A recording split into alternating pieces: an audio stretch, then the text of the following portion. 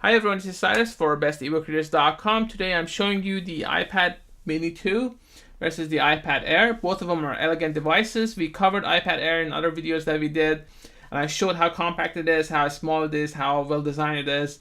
The iPad Mini 2 with Retina display doesn't have the best display. We've already heard that. We've already seen DisplayMate report that Kindle Fire HDX. That's insane. Kindle Fire HDX is not a great device. I don't understand how people are leaving positive reviews on it, but I digress.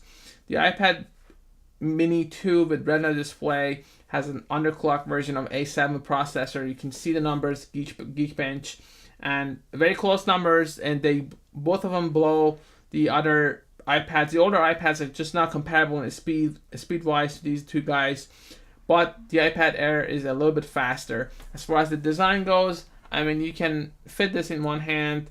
Obviously, the iPad Air, it's too large for one hand, but the design aspect of it, you can see that the designers at Apple have borrowed elements from the previous iPad Mini, and that's how they've changed and actually breathed new life to the iPad line, the bigger iPad. For a long time, people were saying that, oh, the bigger iPads are just on their way out, or they're not going to be as popular because devices are getting smaller, and so on and so forth. And the iPad Mini is so thin, and so it's so light and fits in one hand.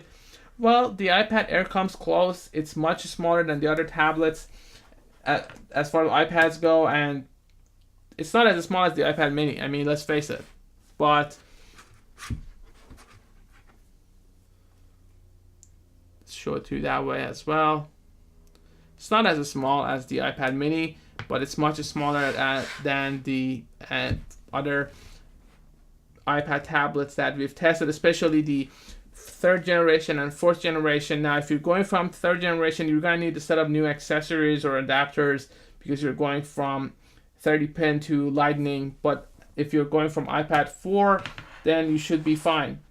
So really not much to say. If you like iOS 7, if you have apps, if you like the iPad, you're going to enjoy the iPad Air. The iPad Mini 2 is actually one of my favorites because I use it a lot. And Nexus 10 is still my favorite tablet because I have lots of apps on it, and I'm dying to see what the new Nexus 10 is going to look like.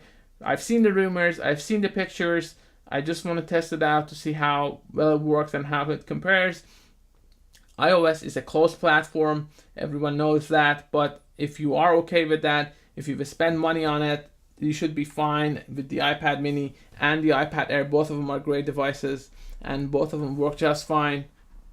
Let me put it that way.